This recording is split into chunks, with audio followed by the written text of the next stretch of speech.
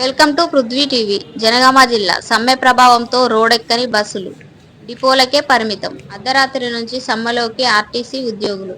ఉదయం నుంచి బస్టాండ్ల వద్ద ప్రయాణికులు పడిగాపులు. అద్దె బస్సులు ఆర్టీసీ జేఏసీ అడ్డుకోకుండా ప్రధాన బస్టాండ్ల వద్ద భారీగా పోలీసులను మోహరించిన ప్రభుత్వం. జనగామ డిపోలో నిలిచిన 122 ఆర్టీసీ బస్సులు.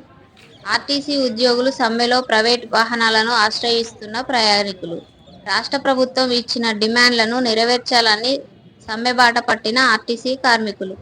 నిన్న ప్రభుత్వం ఏర్పాటు చేసిన సీనియర్ ఐఏఎస్ అధికారులు కమిటీతో ఆర్టీసీ జేఏసీ నాయకులు చర్చలు విఫలం. ఈ రోజు మరోసారి చర్చలకు పిలిచే అవకాశం.